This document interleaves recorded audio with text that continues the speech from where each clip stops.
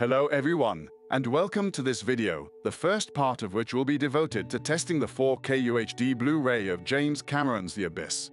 This analysis will be followed by a reflection on the release of these editions. I'd like to take this opportunity to correct two small errors on my Aliens test video. The first DVD doesn't date from 2004 but 1999, and the French track isn't DTS-HD Master Audio but DTS-HD High Resolution. The Abyss is a 1989 film shot on 35mm film by cinematographer Mikhail Salomon, using Arriflex 35BL3, 35-2C cameras, and Zeiss standard speed and super speed spherical lenses. Visual effects were also filmed in Super Panavision 70 format, with a few shots in Vista Vision. The film was shot in Super 35, because even though the film was finalized in 2.39:1 for theatrical release, at the time TVs were still 4:3, and it was customary to release cropped full-screen versions. The famous pan and scan. So to avoid having to zoom into the image and crop, Cameron shot in full format, giving him more latitude to finalize the full-screen versions. The film was released in a number of video editions, including a VHS released in 1990 and a Laserdisc in 1.95.1 format. The special edition was released in 1993 in widescreen and pan and scan versions on VHS and Laserdisc, a widescreen DVD released in 2000, and a final full-screen DVD edition in 2002. A first version for broadcasters was produced in HD around 2000 in open matte. Then in 2014, a new version was produced in HD for broadcasters to be used by streaming services. This new edition is offered in HDR10 and Dolby Vision in its 1989 theatrical version and its 1993 special edition version. A new English Dolby Atmos track is available on both versions, but only on the 4K UHD Blu Ray. A French DTS-HD High Resolutions track is available. Bonus features are concentrated on a separate disc. There are two new documentaries: 32-minute deep dive, a conversation with James Cameron, The Legacy of the Abyss, and the original documentary, Under Pressure, Making the Abyss in SD. Also included is the 1993 Laserdisc archives, featuring photo galleries, production notes, different versions of the script, and trailers. So what's this picture worth? It gave me a headache. Honestly, I don't know what they used to make this new version. We have shots that are rigorously identical to the 2014 HD version, but slightly cropped. According to official sources, it looks like the film has been rescanned. It's highly likely that the 2014 scan was done in 4K. Compared to the HD version, there are many shots with different framing. But as the source is in Super 35, by making a difference and modifying the position, we come back to the geometry of the 2014 version. And from time to time, we get shots with totally different frames and stabilizations, which suggests that some shots have been rescanned. Quite difficult to form an opinion. In any case, the image is far richer and more defined than that of Aliens, Titanic, or True Lies. And it's not simply due to increased detail or other digital modifications. The Park Road post-production company in charge of restoration has been attenuating the grain and reworking the texture and detail of the image. Once again, this will divide opinions sharply. For the comparisons that follow, I've included a few extracts from the 2000 DVD, but cropping to 4K involves magnifying the source to such an extent that the quality inevitably suffers. However, we can see that the evolution is impressive.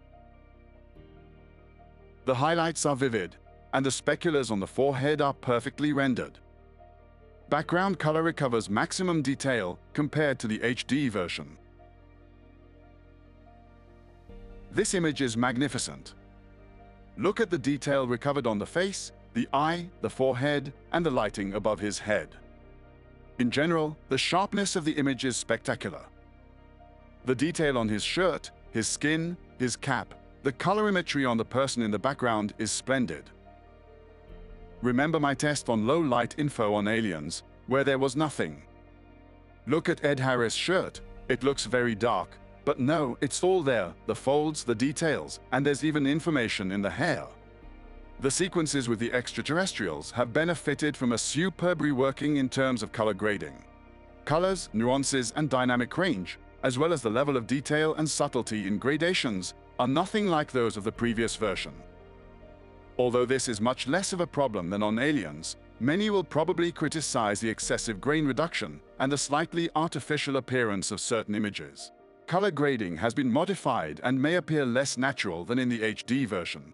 Skin tones have been cooled on many sequences. The metadata indicates a maximum peak of 800 nits, but once again this information should be treated with caution. It often does not reflect reality. The level of detail in the highlights is far superior to that of the HD version.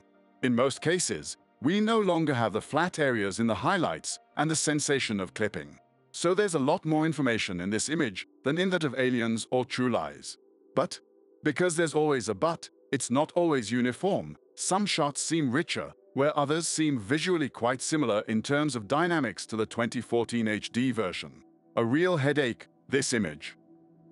There are a few bandings from time to time, but given the film's complexity and the number of underwater scenes containing gradations, this remains a really fine piece of encoding work. Encoding averages 43 Mbps with peaks of 91. As for color, like everything else, there's a lot more information than in previous versions. We have a very nice color palette. Even if most of it remains within the Rec. 709 framework, some sequences will exploit the P3. As with Titanic, the downside is that it highlights the limitations of VFX at the time. Some black borders and clipping have become quite visible, as have some blue screen shots.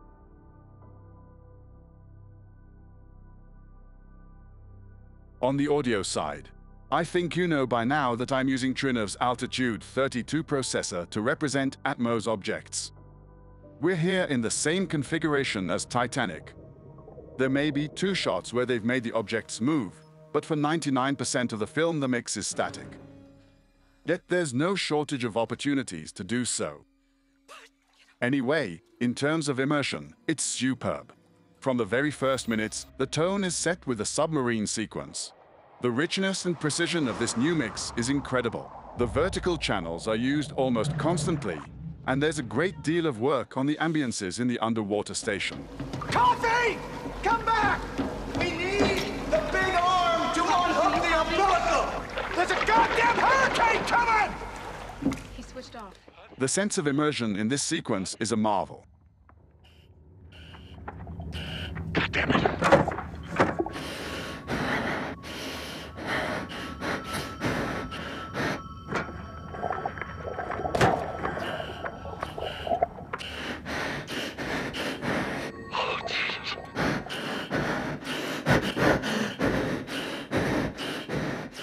Alien appearances are a surround feast.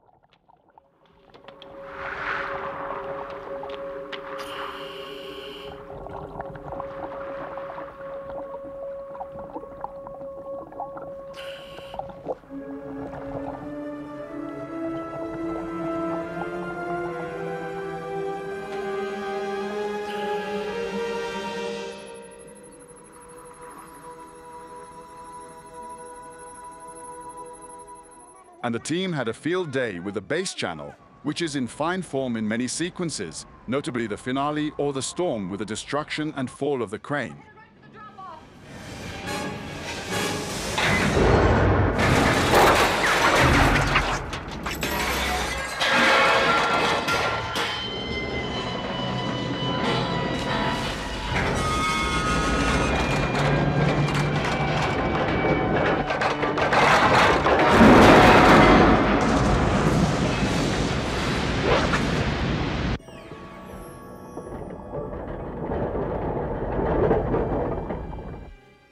I'd now like to take a moment to look back at these 3 editions and the visceral reactions they engendered. The treatment applied to the image set the web ablaze with numerous negative reactions, sometimes based on screenshots or reviews that in no way reflected reality. I urge you to take a step back from what's being shown on the networks, especially with screenshots. Even me, with my meticulous workflow, when I give you an HDR-SDR comparison, tell yourself that SDR will never be displayed like that. Here, it's a representation based on a TV set at 100 nits. but I guarantee that your TVs, if they're not calibrated, will display SDR at 200 or 300 nits easily. And of course, if you look at this comparison in SDR, it's meaningless. I've seen a lot of comments saying that when you see the 4K version of Aliens, many of you prefer to stick with the Blu-ray version, which you find more faithful to the original work. I hear you, but here's a little game. Here's the 4K HDR version of Aliens. Here's the 2010 Blu-ray version of Aliens scaled to UHD. Here's the 2004 widescreen DVD to scale, the 1995 widescreen Laserdisc at scale, and the Laserdisc pan and scan version from 1987. Seeing these images, who can tell me which is the most faithful to the image of the positive projected in 1986? They all correspond to different eras when quality was limited by technology, both in terms of media and broadcasting and manufacturing systems. Look at color grading and image formats, which have changed drastically over time. If you take the Blu-ray version versus the DVD and Laserdisc versions, the changes are far greater in terms of colorimetry and framing than the changes between Blu-ray and the new 4K versions. Here are a few photographs of a copy of a 1986 positive to show you that the 2010 Blu-ray version is already light years ahead of the original. Between the first DVDs and the Blu-ray, digital color grading appeared, offering 4 more possibilities than photochemical color grading. If you take a look at Abyss, you'll see that color grading is also very different from one version to the next. Here's the Abyss in 4K version. This is the HD streaming version from 2014, the full-screen DVD from 2003. Here's another HD open matte version from 2000, the letterbox DVD from 2000, the Laserdisc widescreen version from 1993, and the Laserdisc 1.95:1 version from 1990. So, I repeat the question. Who among you can say which of these versions is the most faithful to the original image? Nobody. Firstly, it's totally subjective, as you can see with these editions. Some love them, others hate them. Secondly, none of you is able to say factually what the image of the positive projected in 1989 looks like, given that quality and perception can vary drastically from one cinema to another, depending on the condition of the print and the projector. Those who haven't seen Abyss since its DVD release, and those who discovered it on streaming, clearly haven't seen the same film as the one released in theaters in 1989. And 3. The quality of restorations and transfers to home video versions has evolved over time, so the look has evolved. The methods used to scan film and, above all, workflows have not stopped evolving since these films were released. As for our TVs of 20 years ago, they have nothing in common with those of today. Cameron has always taken particular care to produce different versions of these films for different types of broadcast. If he could have corrected the focus problems on Aliens back then, he probably would have. There are a few focus issues on these films, and if we didn't pay attention to them before, on a TV over 65 inches in 4K, it becomes complicated. Today, technology and tools allow us to correct certain defects and adapt to new broadcasting modes. The problem is that they often go a little further than simply repairing, which totally changes our perception of the film if we've been used to the old versions, with all the controversy that goes with it. But will new generations who are used to less grainy, more defined images, and who don't know these films, be bothered by discovering them? I'm not so sure. What's shocking is the difference from one film to the next. Because True Lies is a textbook case. No matter how hard I look, I don't understand the choices made on this restoration. How did you end up with this image with such an extreme level of detail in certain areas that the final rendering seems so artificial, even embarrassing? Grain reduction isn't the problem. Rather, the impact of the tools used to bring back detail seems to have seriously altered the image. Fortunately, this is not the case for the entire film. What happened here? Were there major sharpness problems in certain shots? Was it impossible to rescan the negative? The mystery remains, and everyone has their own theory. And the finger is often pointed at artificial intelligence, even though the nature of the operations carried out by Pokrode has never been officially confirmed. These are kitchen secrets. Whatever the tool, the result is there, and without information on the context that motivated the choice of transformations, it's hard to swallow. To reiterate, at the risk of shocking people, it's his film, and he can do what he likes with it, even if it means alienating a good part of his fans. And this isn't the first time he's done this, as we saw with Terminator 2, where the 2009 Skynet edition considerably toned down the grain, before being reintroduced in the 2015 Blu Ray. And with the 2017 4K edition, the image has been heavily modified in terms of detail grain and color grading on certain shots.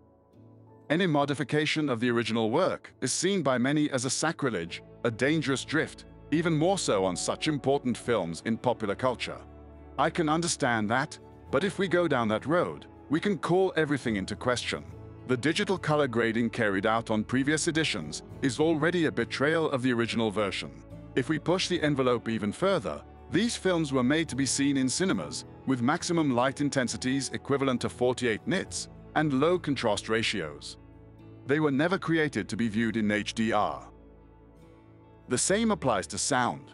A multi-channel Dolby Atmos mix has nothing to do with the original stereo mix of Abyss or Aliens. In itself, it's also a rather substantial modification of the original material. But that doesn't bother as many people. It's a never-ending debate. Following my analysis of Aliens, many have used the term fake HDR.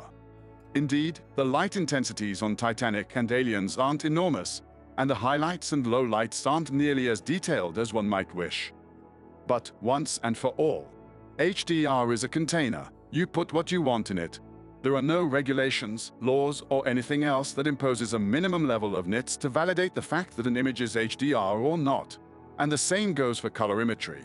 All colors are not supposed to go beyond the limits of Rec. 709. This is in no way a guarantee of quality, nor even a prerequisite.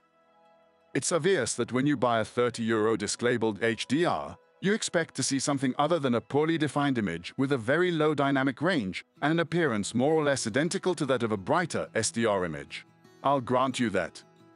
But this is by no means an obligation, and depending on the source used, is sometimes simply impossible. These 4 films were all restored at different times and in different contexts. The sources, the means made available, the workflows used, the performance of the machines, and the complexity of the tasks, not to mention the state in which the negatives were preserved, and the original artistic intentions, mean that the renderings are totally different from one film to the next. As you can see, the richness and dynamics of the image in Titanic and The Abyss have nothing in common. The lack of detail in highlights and speculars are roughly equivalent on True Lies, Aliens, and Titanic, while the Abyss image seems richer without offering radically higher light intensities. The first HDR titles appeared in early 2016. Most of what was completed before that date was designed to be viewed in SDR. And getting HDR out of them isn't necessarily possible, depending on the tools, workflows, and equipment used at the time. I invite you to watch this documentary, which technically details all the stages involved in restoring the film Asterix and Obelix Mission Cleopatra. It took 3 years of work to remake this film from the original negative, and it's far from being as simple as some people would like to think. So, did they choose not to redo the whole thing because it had already been done a few years ago? Are the sources still usable? Were these new versions done in a hurry? Are the burnt-in highlights a deliberate artistic choice? Why is True Lies, the most recent film, the most affected? Why the mixes are not treated in the same way? So many questions, so many parameters, so little information. It's all very opaque, and there's a good chance we'll never have the answers to these questions. In conclusion, if you like The Abyss, I don't think there's any question. The quality of the image and sound will allow you to rediscover this film. The extras are once again fascinating and far superior to what we're used to seeing, even if some modules have suffered a little over time. I won't hide the fact that the fixed menu could have been better. In 2000 on the DVD edition, we had this, it was still more fun. But the main thing, the most important thing, is that they've kept this absolutely magnificent shot. A shot that we discovered in 2014, and which was not visible in earlier versions. This video would not have been possible without the help of David Fakrikian, author of the book James Cameron, A Filmmaker's Odyssey, and founder of dvdvision, from which you can see the exclusive cover of the next issue, which will be devoted exclusively to James Cameron's entire filmography on home video. David was kind enough to inform me about all the existing versions of Cameron's films, both official and unofficial, and believe me, it wasn't easy. I'd like to thank you for staying until the end of the test, which was a little long. I hope you enjoyed it, and as usual, don't hesitate to share and spread the word about my little channel. Whatever happens, stay cool. These are just movies. Take care and see you soon. Bye.